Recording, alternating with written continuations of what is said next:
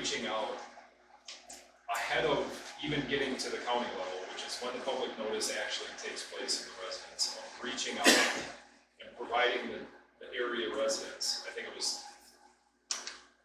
remind me, I tried to figure out what the distance was.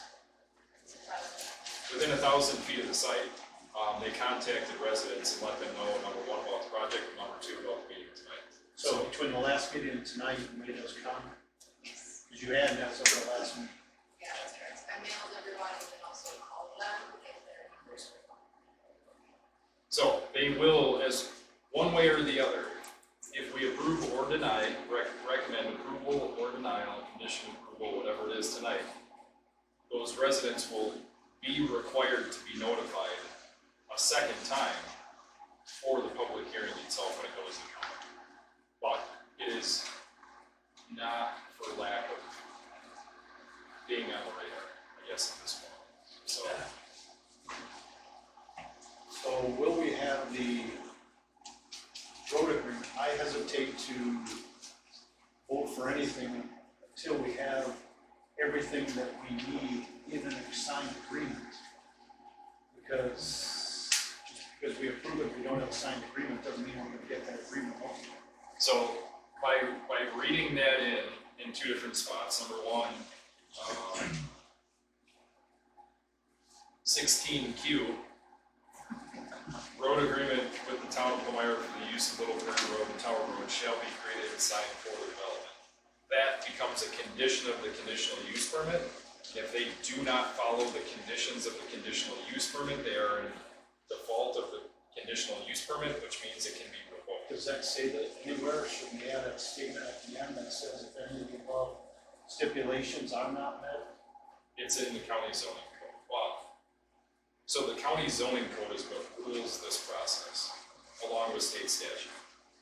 So if they default on putting up a fire number sign, let's say, that becomes default of the conditional use permit, which then subjects it to revocation. Right, but you also said that the county can just disregard this whole thing too. They could, I would surely hope they don't. We had, At this point, we had a road agreement with Ashkelon and Waterloo built into the CUP at the county level. I would be very surprised if they ignored that, but I'm happy to commit to you guys tonight that we'll have a road agreement with you regardless of whether the county ignores your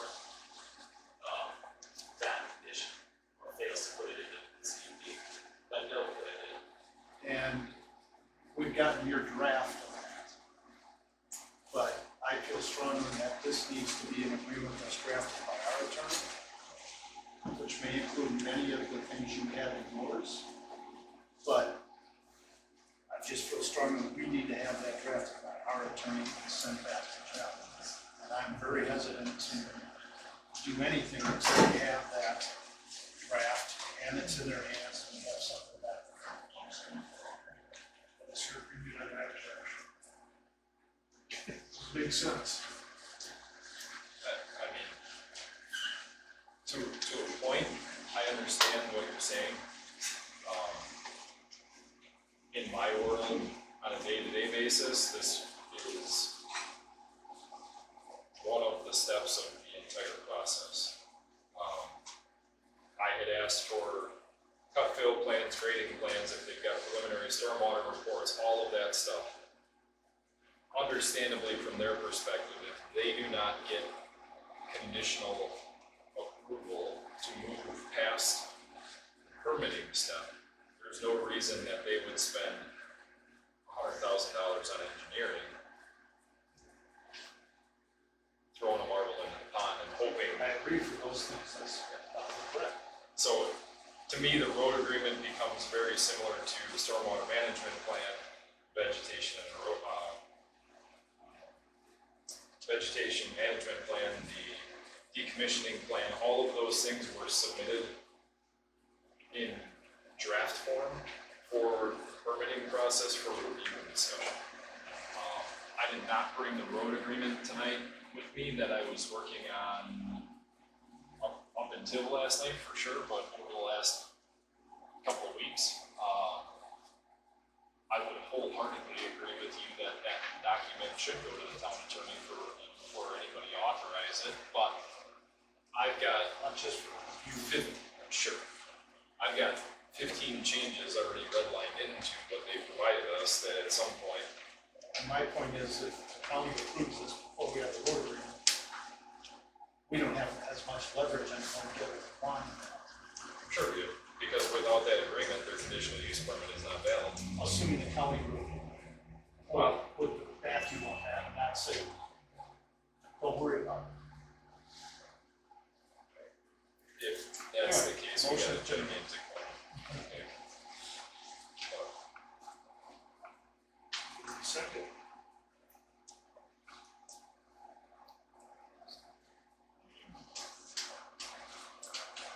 I'm gonna sit here all night, I'm not gonna second it at this point. I'll just keep sitting and sit here and nobody's saying it.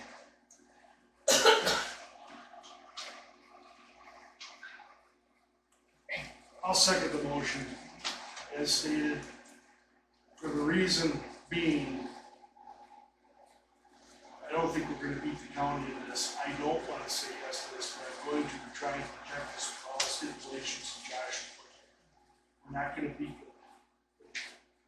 At the county level, unless everybody that goes down there goes to that meeting when it is.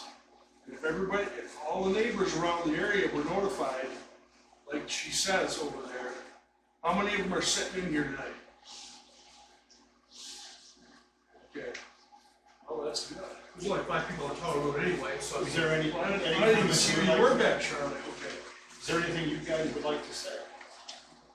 Well, I heard you want to do this. Yeah, I have no personal objection to it at all. I mean, I think I look at this and go, it seems like any more solar power is all the positive aspects of leaching that we can resolve. The panels are ROH compliant, so that's a high European standards that level 6.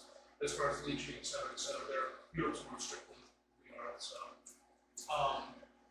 And as long as it's removable, as long as it's hidden from the road, and at the end of the day, I mean, we're on Tower Road, 800 feet away from it, bizarrely enough, zone A1, is the AT&T building, which is rotting itself into the ground as we speak. It's just all over at some point. And we have that dump across the street, there's got 25 cars in it. And I hear people, a mile or two away going, oh my God, we're ruining Tower Road, and go, well, I don't think so, but if you really want to do preservation, look at all the stuff around there first. Where that was done, first time in favor of is 300 energy for 300 volts. Say, look, Is there anybody that hasn't been up Tower Road sitting here? He does have, after, if he's got a hell of a point, you gotta, what do they call the dump holes? What do they call it? I mean, because it's huge, ground floor. It's never gonna be used, and I have to agree that the old AT&T tower building is gonna fall in. So that's not maintained up there either. Again, the reason I'm seconding it is because of everything that Josh is going to work done here. However, I will say this, I don't know if I can get anywhere with it, but I have asked our town attorney to look at an ordinance limiting these mini solar farms. Is there anything that we can do on that? We're working with the attorney on it. Yes, I can see. I'm going up here, I'm going up there. I mean, but I don't think we're gonna be able to stop this the way it is if we don't have an ordinance or anything like that. Go ahead, Tom. Do you have any plans for grid storage on site, having of any sort, now or in the future? None whatsoever. I would just make a recommendation to the board that you put that in your document. Sorry, I came in late, but I just want to make sure, because that's a huge thing. We get into other issues, fire. Right. Appreciate it. 16 high. Ask him to read the whole. No, I'm And that's the only reason on our record to vote for this, because we've got some type of leverage here. Okay, that's the only reason. And I don't think if we denied it, the county's probably gonna pass it unless a whole boatload of you go up there to try and stop it. Okay, even though we say recommend it, doesn't mean they'll do it either, is that correct, Josh? They would have to meet the same Criteria? criteria regarding statutes and conditional use permits, the A1 zoning and farmland preservation. And I mean, at this point, asking, especially, you know, for people, having documents at the county level is way better than not having them at all. I'll vouch for that. But having the town be an active part of this from a document submittal standpoint for the next 30 to 50 years, where we get annual updates, we get annual activity reports, we get verification that all this stuff, to me, that is as close as us, not even gonna use partner word, but being connected to this project for anybody else that's sitting here at some point in time. Rather than it just being reports submitted to the county that everybody here doesn't really have answers to and has to go find and search and bother their department to have them required to be submitted to the town and the county. Should hopefully make that information highway a little easier to traverse at some point. any further discussion? Yeah, first, I agree that this document is a very good document to include if approved. I thank Josh for taking the time and effort to put it together. I agree with all those comments. My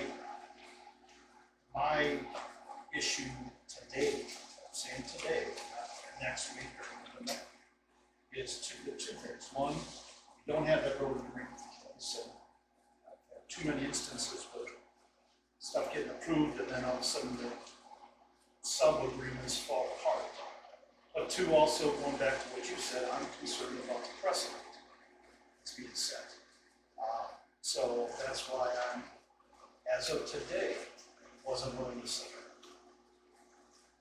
One more time, personally, I don't want you to look at it, I will see it, okay? But for the protection of the towns, is this is the one reason for it. Any further discussion? All in favor, signify by saying aye. Aye. Opposed? Nay. Motion carries, and your motion to adjourn. I make a motion, we adjourn tonight's meeting. I'll second it. All in favor, signify by saying aye. Aye. Aye. Motion, we adjourn.